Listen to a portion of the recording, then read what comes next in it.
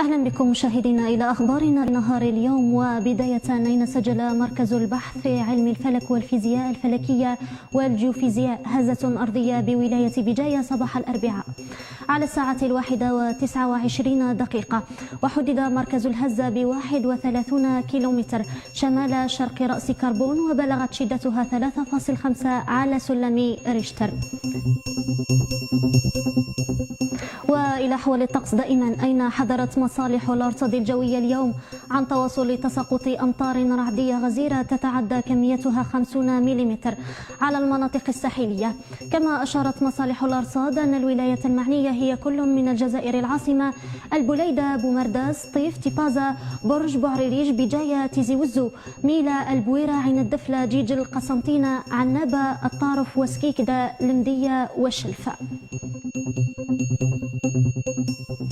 وإلى أخبار الرياضة، أين تأهل المنتخب الوطني الجزائري إلى الدور الفاصل المؤهل إلى كأس العالم إثر تعادله مع نظيره البوركينابي في اللقاء الذي جمعهما أمس الثلاثاء بملعب مصطفى شاكر بالبليدة، حيث نشر رئيس الجمهورية عبد المجيد تبون تغريدة له عبر تويتر قال فيها: إلى المونديال أيها الأبطال، إن شاء الله لم يبقى الكثير.